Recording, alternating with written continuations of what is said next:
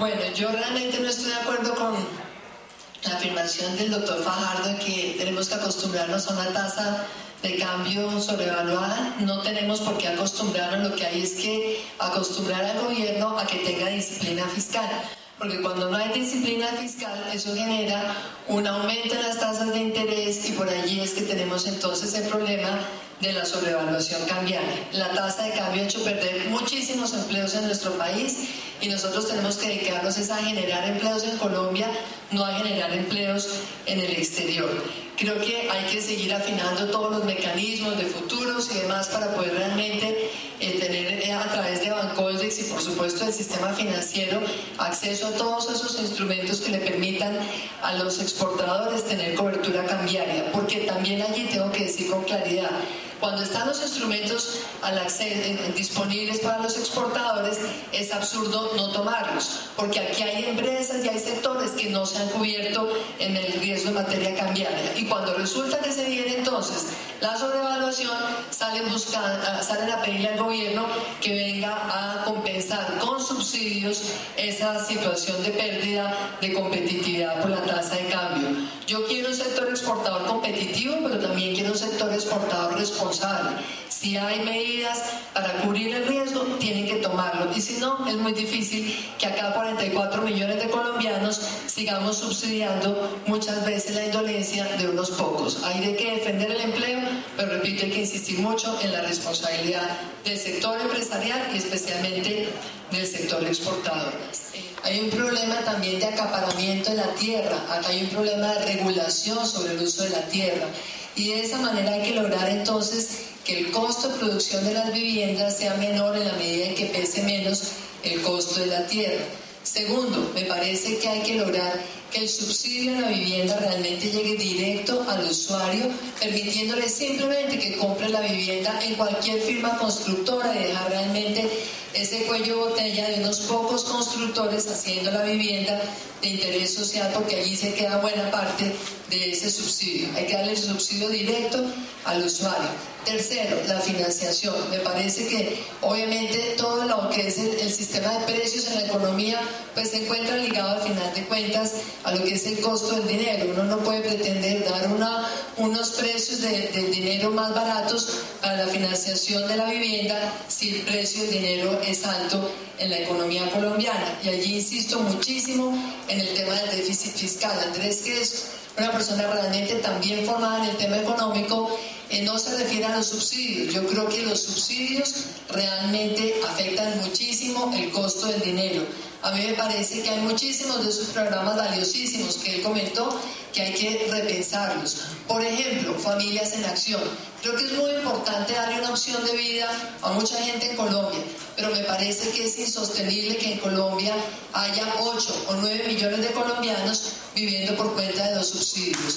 Nosotros tenemos que lograr que a esos colombianos se les dé trabajo, que esos recursos de esos programas se utilicen en proyectos productivos en las zonas rurales, en donde haya agroindustria, en donde haya programas focalizados en cultivos que tengan un potencial exportador, que tengan un encadenamiento productivo.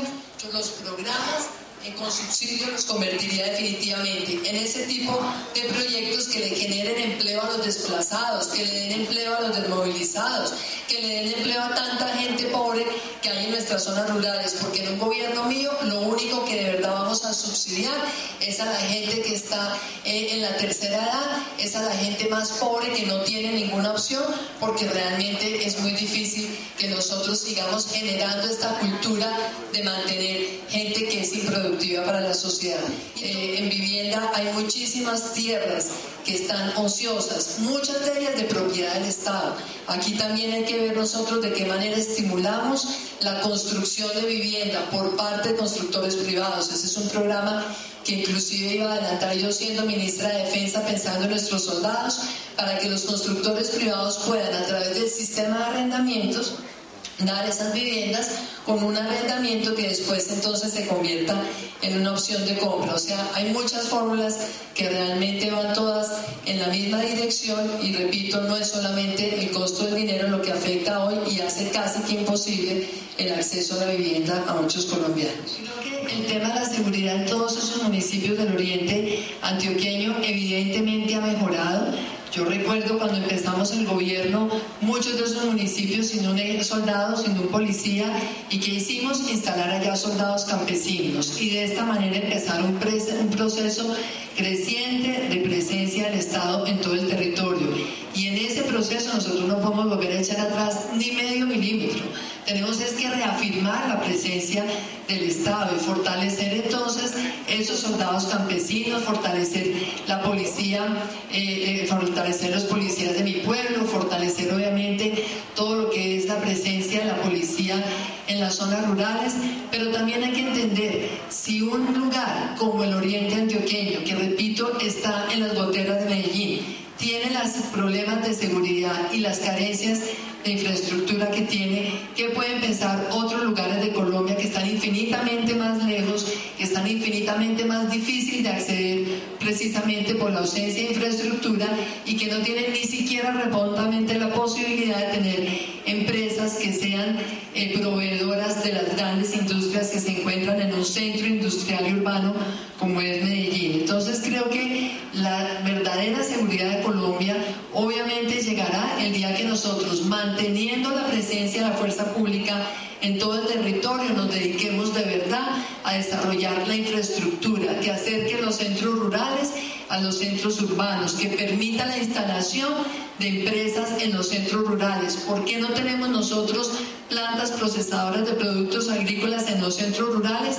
Precisamente por la ausencia de infraestructura. Y todo eso es lo que revierte en un problema de inseguridad, porque muchos de esos muchachos en Sonsón, en La Ceja, en San Francisco, ¿qué hacían? Se iban al frente de Carlos Alirio Buitrago justamente porque eran muchachos que estaban totalmente marginados de un sistema de educación y de un sistema de trabajo. Lo hago acá. La seguridad de los colombianos y sobre todo la paz de este país tiene que llegar el día que nosotros entendamos que va de la mano una política de seguridad con una política de desarrollo, con una política de inversión en infraestructura. Y por esa razón no basta, como decía Andrés Felipe, ir nosotros en este momento a ofrecer concesiones a largo plazo. Por supuesto, eso está también incluido en mi propuesta. Las concesiones de largo plazo son realmente uno de los elementos, pero tenemos que hacer mucho más por dar infraestructura a este país. Empezando porque no nos podemos gastar 7, ni 10, ni 12 años en las licitaciones del túnel de la línea. Empezando porque tenemos que hacer reformas de fondo en la institucionalidad del sector de infraestructura y de transporte. Lo que está pasando hoy en el INCO, lo que nos pasa hoy en Invías, es totalmente insostenible y es absolutamente inaceptable.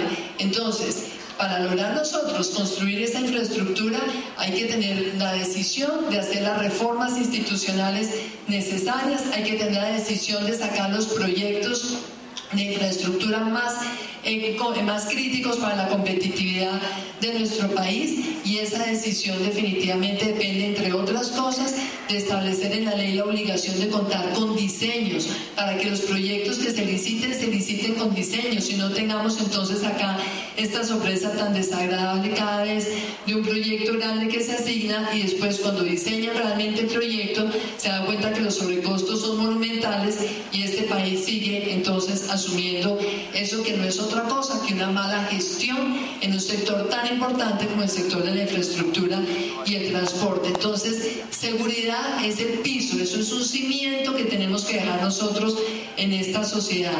Y por supuesto sobre eso hay que construir esas oportunidades de desarrollo que son las que nos van a dar una verdadera seguridad sostenible y de esa manera la paz de Colombia.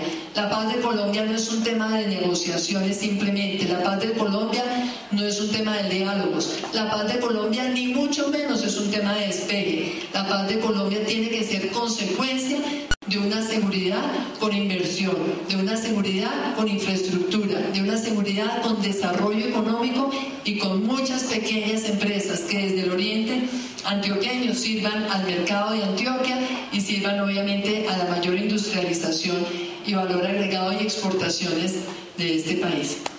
Gracias.